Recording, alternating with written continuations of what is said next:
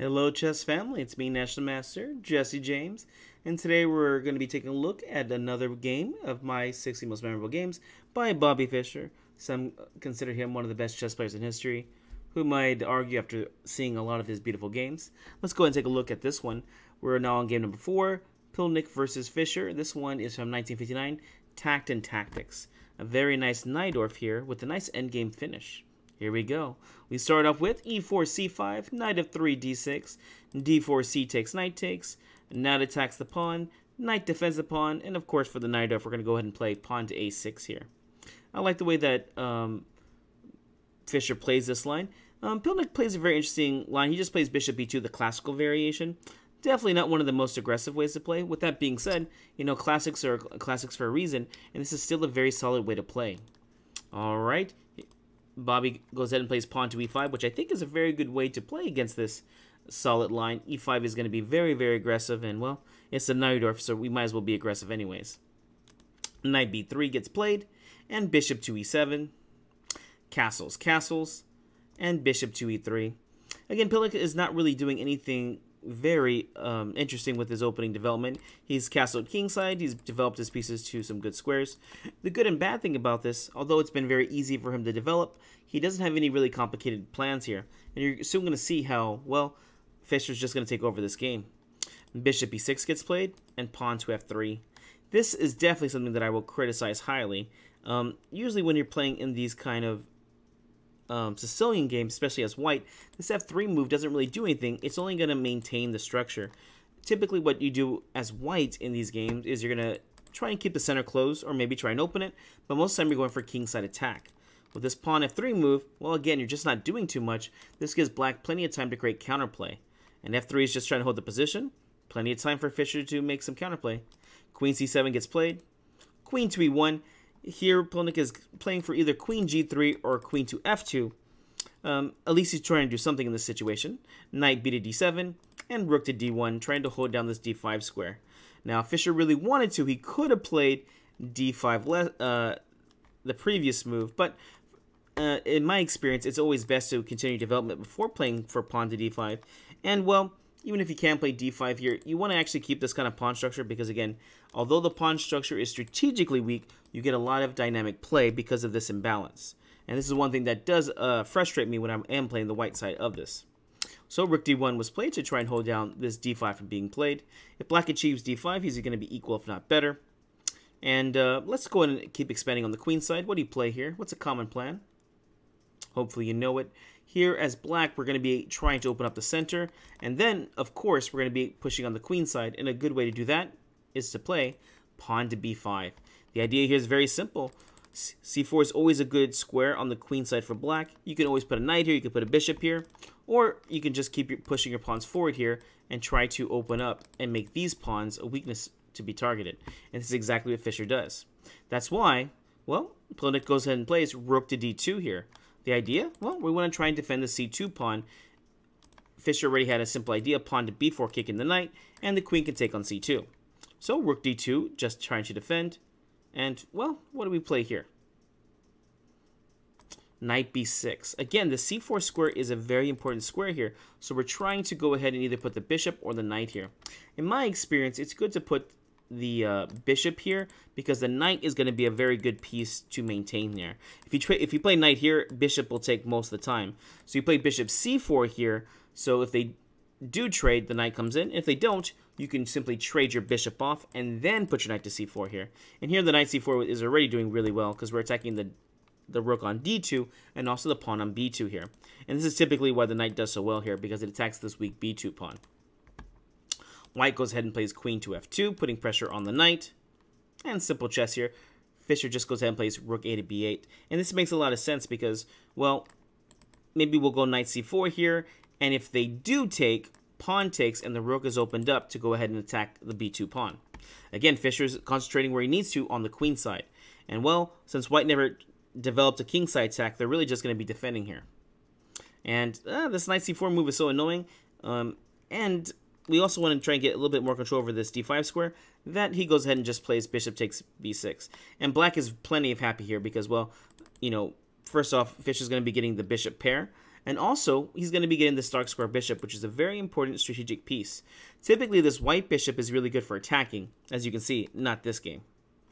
Rook takes on b6, keeping queens on the board. And then white tries to hold down the position with knight to d5. And yeah, this is just not the time that you want to play this.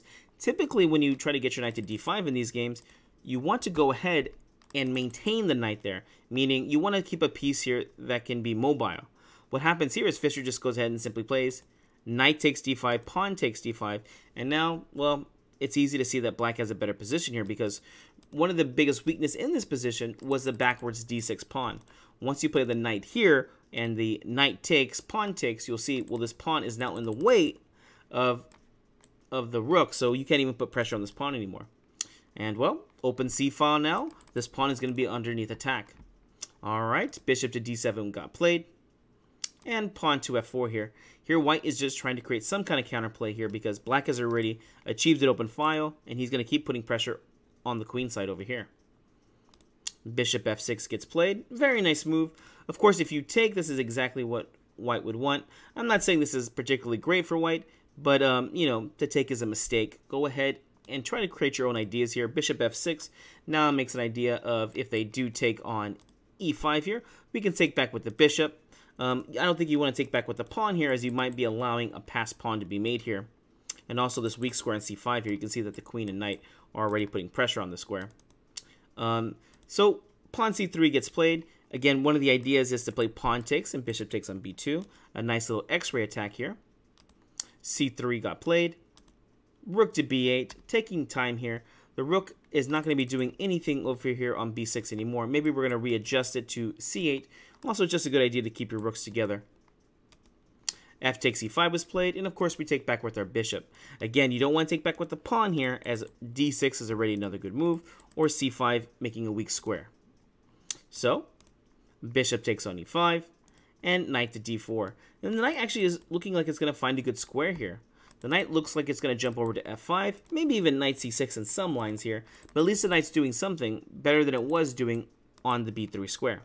With that being said, what would you play here? The knight wants to go to f5. This is a very common and good move to play. Simple chess. You can have pawns dominate knights pretty easily, and here Fischer does it with pawn to g6. Alright, pawn e3 got played. What do you play here as black? Let's keep creating counterplay. Should we start going kingside? Should we start going center? Or maybe should we go queenside here? Remember, I do encourage you to push pause and see if you can find the best idea here. Well, hopefully you found the idea. Remember, this is a queenside opening for black here. So black is going to go ahead and push on the queen side. And, well, what do we do here? Should we play like a5, a4? Or go a5, b4? Of course, we're looking for pawn trades. What we want to do is trade off 2 pawns for 2 pawns, making an isolated pawn here. I don't know which one it will be, but we definitely want to trade off these 2 so we can trade off for one of these 2. And then again, we'll have an isolated pawn that we can attack. So, a5 got played, king to h1 just waiting around, and of course, b4 gets played. Alright, how does white handle this? White handles this in a pretty much classical situation. Typically, what you want to do here is trade off 1 pawn and then push another pawn forward. And that's exactly what happens. Pawn takes, and then rook to c2. Hey, weren't we supposed to push our pawn forward? Unfortunately, the easy moves have been taken. For instance, after pawn takes on b4, pawn takes on b4, and c4, well, yeah, you can see that the dark squares are just really weak here. And I believe the best move here for Fischer is just going to be playing something like pawn to b3. It may look like a bad idea, but what you're doing is cutting off the b pawn from getting to b3, which will make a very nice pawn chain. So now this pawn's a little bit off-centered, and well, we could just keep putting we can keep putting pressure on the c pawn with sliding the rook over. Maybe not this rook right away, as f7 is going to be falling, but we can always take our time in these kind of situations and keep building up. All right, because of that, we have to play a little bit different, and that's why c takes b4 got played. A takes b4, and you can't play a4 here because, well, the bishop would just take, right? So here, white tried to get a little bit fancy here and play rook to c2, attacking the queen. Simple chess. Let's just move the queen out the way. Let's make a threat. Queen went to b6, attacking the knight. And, well, here, white has nothing better than try to play for complications. Here, white plays this really interesting move, knight to c6. And I do challenge you to push pause here and find the best continuation here. Fischer finds a stunning way to play forward. In fact, if you want to get technical, this is probably the winning plan here at this move that Fischer plays. All right, black to move here. What do you play here? All right, there's lots of interesting moves here. I will say I did miss this one myself. At this point, I kept looking at the queen taking to f2. I kept looking at bishop takes on c6. With that being said, I didn't even consider the move, which is always a bad thing. You know, it's one thing to miss the move, but it's one thing to not even consider the move at all. And here, Fischer plays the beautiful pawn takes on a3 here. Again, there's a lot of moves here, but none of them are going to be quite as good. If bishop takes on c6, let's see, what do we play around here? I guess we'll simply just play queen takes, rook takes, and then you can take back on c6. Now let's take back with the pawn here. And I guess pawn takes, pawn takes. Now, this is a little bit interesting. It is opposite color bishops here, but these pawns are a little bit weak, but it is giving a slight plus to white here. So white has definitely tricked you in this game. With that being said, the way Fischer plays, there is no tricks here. He goes ahead and takes on a3, and this pawn is going to become a target. Okay, what do we do now? Well, white went ahead and traded queens. Rook takes on b6, and now you realize, uh-oh, this b2 pawn is becoming very weak. Well, I think we have to take, so we go ahead and take. But this is definitely Fischer's idea. Now we have an isolated pawn over here we can just put pressure on. And since we have the bishop pair, well, this is just good. Some of you guys might be thinking, let's take on e5. This actually does happen, but does not work out too well. Rook a8, of course, getting the last piece into the game and putting pressure on a3. Knight takes on e5 now. D takes on e5. And I can understand why this was played, but I definitely believe this is just helping out Fischer in this position. Yeah, but it's just so hard. I mean, look at this bishop. It's doing a great job holding on to a3 here. Is there any other good move? I guess you might just have to play something like rook a2 here with a little trap. The rook is holding onto the pawn for now, but you can definitely feel like there's going to be more pressure on this. And be careful. Hopefully you didn't fall for the little trap of bishop takes, pawn takes, rook takes, because, anytime you have bishops, you always want to put the pieces on the opposite color. Bishop f3 right here was just going to go ahead and skewer, and you're going to be winning the exchange. All right, with that being said, back to the game. This was good for Fischer because after knight takes on e5, d takes on e5, well, now we have bishops of the same color, so we don't have to worry about opposite color bishop endgames. Now, this is good because we don't have to worry about as many drawing situations. All right, now we got 4 pawns all together. We have 2 isolated pawns here for white. This is enough for Fischer to go ahead and convert the game very nicely here. All right, let's keep adding pressure. Well, white needs to defend the pawn on a3, so white went ahead and played. Rook to c3 here. And now penetration gets played. Rook b2, a nice tempo on the bishop. Remember, rooks are worth a pawn when you get to the 7th or to the 2nd rank. Bishop had to move. What did we play here? I guess he went a little bit more active and just went ahead and played rook to c7 here. I'm not sure. Again, it's really hard to play this kind of situation. The standard move is something like bishop f3 can get kicked away with something like pawn to f5. And you can see that this beautiful pawn chain is moving forward, and this even cuts off the bishop from defending the pawn on d5. So this pawn on d5 becomes even a bigger target here. And yeah, this is already becoming very, very good for black. All right, well, try to be active here. Rook went to c7, attacking the bishop. One of the ideas is not only to attack the bishop, but also try and get control over the d7 square so we can start trying to push this pawn forward. Other ideas? Well, look at this over here. f7 can be a weakness, and we definitely want to put pressure on this square. Fischer's able to go ahead and navigate these waters easily. Bishop to f5 gets played, covering over here the f7 square. Pawn g4, just too aggressive here. Again, the idea is trying to kick away the pawn so that we can take on f7 here. If the rook is able to take on f7, well, the game is going to be pretty much over because white will be playing for 2 results there. Either they will get a win or they will get a draw here. The rooks on the 7th are so powerful. The pigs on the 7th, as they're known. Well, let's keep making forced moves. What do you play here? Of course, simple chess. Bishop b4 check. Bishop to f3.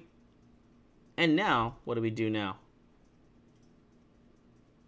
Bishop to d3, attacking the rook. And pawn to d6. Notice here, well, it's just getting very difficult. If you try to move your rook somewhere, I guess maybe something like e1 is something that you could try. Here we already have the beautiful pawn to b4 here. And now you have your passed pawn being pushed. And the rook is going to slide over to d8 and put pressure on the d5 pawn. Well, can we take this pawn? You can. I don't recommend it. After bishop takes, just a simple rook e8, pin it and win it. And not only will you be losing a piece here, you can't even try to get the exchange back because checkmate is right around the corner. Okay, back to the game. d6 got played. Here, white's just hoping that they can just go ahead and get this pawn across the board. What do you think? Should we go ahead and try and stomp the pawn right away? Or should we just keep adding pressure and take the rook? Of course, taking this rook is not going to be the best move for you. Rook d8 got played in the game. What happens if we do take on f1? This pawn is just going to be rolling. Bishop takes on f1. Pawn to d7, rook to d2, and rook to c8 check right here. Eesh, maybe this is not so good for us after all. Oh, you know what? I'm sorry. The best move here will actually be just bishop takes rook here, and then rook c8 check with trying to get the pawn across the board. All right, back to the game. Of course, we're not going to be taking this rook. Here we just play the simple rook to d8 here, and, well, rook to e1 gets played. d7 can get played, it just doesn't do anything, as we can just take on f1 now. And if rook c8 gets played, what do you play here? Simple chess. You just run the rook back, and now you're defending everything. You even threaten to take over here on c8. Okay, back to the game. Rook to e1 got played. Rook takes on d6. Rook takes on e5. And now a nice just little technical win here. Rook f6 attacking the bishop, but also looking for this checkmate square here on f1. You can't bring the bishop back because, well, simple chess. Rook b1 check, and now the bishop must run back. You're going to be getting checkmated pretty soon here. So, what do you play to defend this bishop? You can't defend with the king. In the game, rook e3 got played. Hopefully you can see the final tactic in this situation. Fischer was definitely very good at converting winning positions. All right, hopefully you found the move. Did you find it? Black to move a win. Rook takes on f3 here. Oof. Remember I said, whenever you have these pieces on the board, you always want to keep it opposite of the bishop. I mean, it's really hard to keep this bishop that's the same color on the opposite of this one. That's why you got to watch out for checks, captures, and threats. Rook takes on f3, and this is the idea. Pin it and win it. Rook takes f7 got played. Can you find the final move here? What do you play here to go ahead and finish this game off nicely? Only one move here wins. Hopefully you found it. It's rook to f2. Here we're going to take on f7 very easily. And don't worry, the check here, king g7, and the king will escape checks even if they do try. And there's really no good way to stop this. You're going to be winning at least a piece here. I do want to point out real quick that if you tried rook b3, well, now there's some checks here, king g7, and now, well, rook f7 check, king h6, and king can go to g2 to defend this over here. And you can take the a3 pawn, but after king g3, you know, bishop takes, rook takes. This is going to go into a drawn endgame. Of course, rook f2 was the final move here, and a few checks were played, but at this point, white realized what was happening and just went ahead and threw in a towel. A very nice Nadjorf win here. Fischer just demolishes his opponent just with good strategic play here. Well, guys, I hope you enjoyed this game. We'll see you in the next one.